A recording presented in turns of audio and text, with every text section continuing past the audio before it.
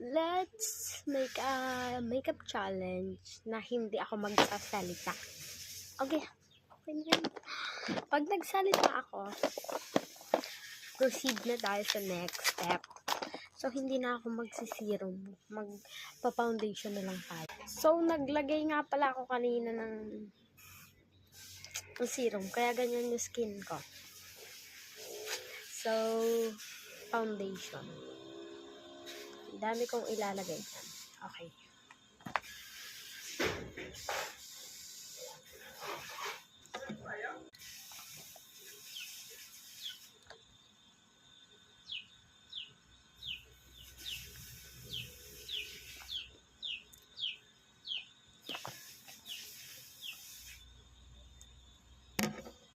So, tapos po tayo sa foundation. Ano yung mukha ko? Ayan. May ikaganda pa yan. Okay kayo. Ay, sorry. So, gagamitin natin tong blush. Hindi na ako magsasalita. So, manood na lang kayo. Okay.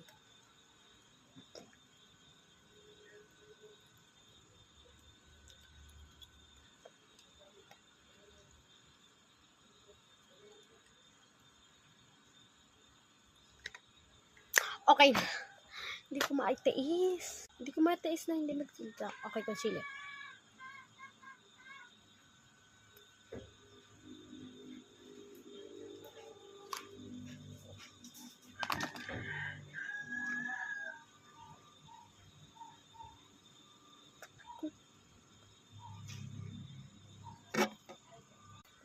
Foundation na tayo. 1, 2, 3, go.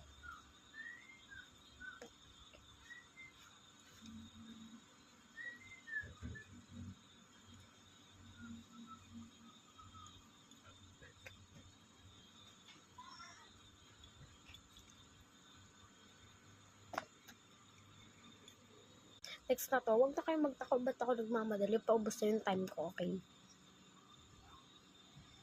Highlighter na tayo. Hindi ako magsasalita ha.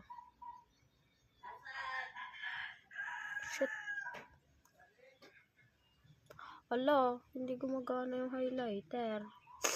Buti na lang magana na siya.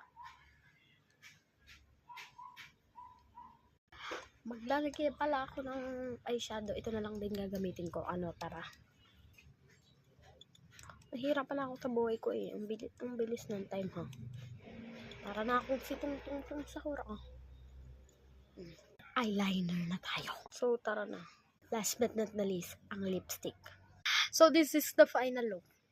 Di ba para akong sitong-tong sa hura?